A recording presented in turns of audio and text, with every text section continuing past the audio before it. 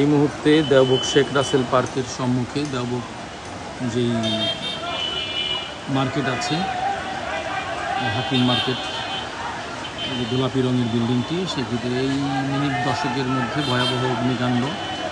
ভিতরে লেগেছে সম্ভবত ঈদের ছুটির পর লোকজন ওইভাবে আসেনি। পুরোটাই একটি কারখানা বিল্ডিং।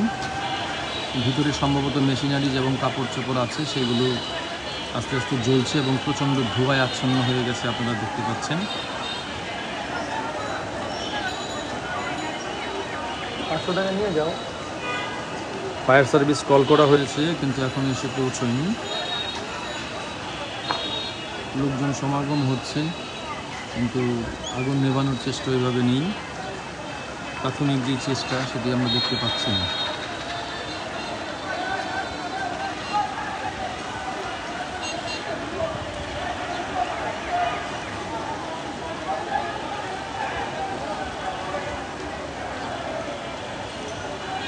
এই মার্কেটে যাদের কারখানা আছে, তারা যদি কেউ এই লাইভ দেখে থাকেন, তাড়াতাড়ি যোগাযোগ করবেন।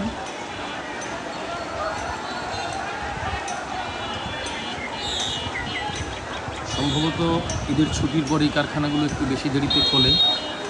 ঈদের দ্বিতীয় সপ্তাহ চলছে, কিন্তু সব কারখানা এখনও মনে হয় খোলেনি। ভিতরে প্রচুর কাপড় চোপড় মজুদ আছে। এতক্ষণ শুধু প্রচণ্ড ধোঁয়া বেরোচ্ছিল, এখন ধোঁয়া কমছে, মনে হয় ভিতরে